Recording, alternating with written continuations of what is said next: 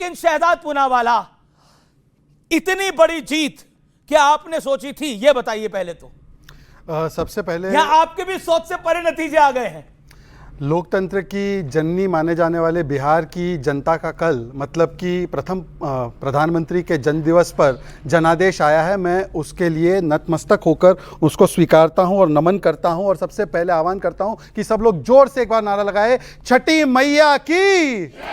देखिए अमीश जी, हमने तो वो कार्य किए हैं जो सबकी कल्पना के परे है। उत्तर प्रदेश में सरकार कभी रिपीट होगी? रिपीट हुई ना। उत्तराखंड में कभी सरकार रिपीट होगी? रिपीट हुई ना।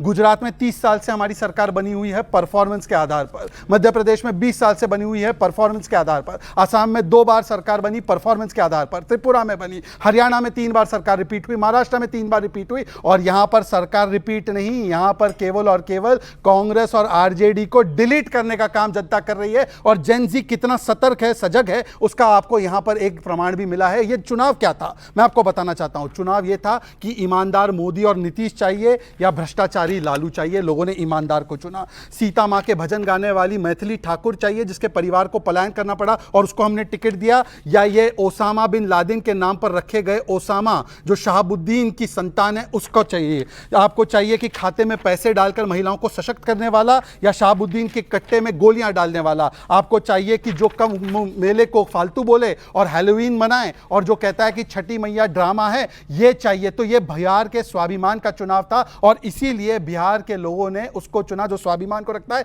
यहां पर खड़े वो लोग हैं जिन्होंने बिहार को बीड़ी बोला, जिन्होंने बिहार को टॉयलेट क्लीनर बोला, जिन्होंने आज भी बिहार की जनता के जनादेश पर सवाल खड़े करके उनके विवेक पर सवाल खड़े किया। तो इसीलिए मैं पूछना चाहता हूं कि क्या आज वो जनता के ऊपर फिर भी सवाल खड़े कर रहे हैं? प्रवक्ता के बाद चलते हैं। देखिए इतना बुरा हाल, 6 सीटें आपकी आई हैं और राजद के तो कुछ नेता कह रहे हैं कांग्रेस ने हमारी भी लुटिया डुबो डाली।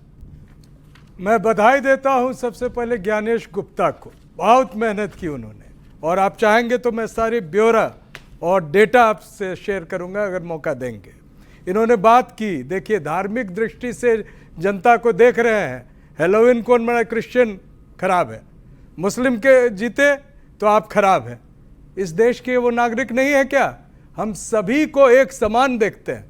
और सबसे बड़ी बात, यहाँ जेन जी भी है। हमारे लिए अनएम्प्लॉयमेंट सबसे बड़ा मुद्दा था। राहुल गांधी अगर निकल रहे तो सिर्फ वोट यात्रा की बात नहीं की, संविधान बचाने के लिए और लोगों के रोजगार की भी बात। जहां से राहुल गांधी गुजरे वहां कांग्रेस हार गई।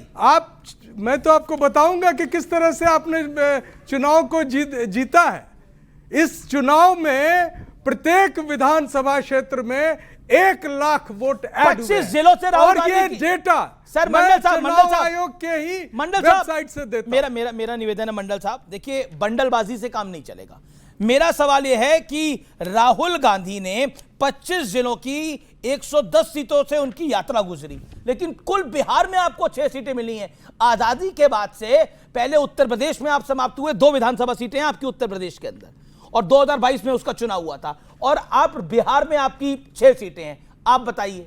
मेरा प्रश्न है कि क्या कितने हॉस्पिटल खुल गए? आईना साफ कर रहे हैं। कितने हॉस्पिटल खुल गए बिहार में? सर ये मुद्दे कितने विश्वविद्यालय हैं बिहार में? जनता ने चुना, फिर वापस इनको फिर वापस चुना।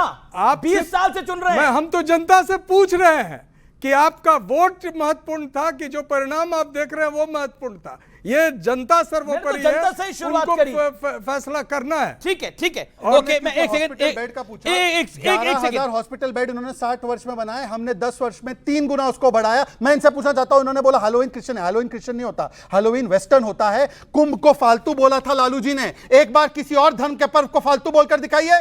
छठ मैया को ड्रामा बोला था, एक बार किसी और के धर्म पर्व को बताइए। रामचरितमानस को पोटेशियम। मैं भारतीय मुसलमान हूं, इनकी बातों में मत आना। मैं भारतीय मुसलमान हूं। भारतीय मुसलमान या कोई भी वर्ग किसी के और के धर्म को अपमानित नहीं करता, पर ये सनातन को गाली देते, समाज की बात करते हैं। एक बार बोलते दूसरे धर्म के बारे में नहीं बोलते हैं। इतना बुरा हाल है। लालू यादव की बेटी है रोहिणी आचार्य, उन्होंने इस्तीफा दे दिया है और उन्होंने बोल रही है, वो कह रही है मैं राजनीति भी छोड़ रही हूं, अपना प्यार अपना परिवार भी त्याग रही हूं। संजय यादव और रमीज ने मुझसे यही करने को कहा था, और तेज प्रताप यादव भी संजय यादव को क्या कहते हैं मुझे आपको बताने की आवश्यकता नहीं।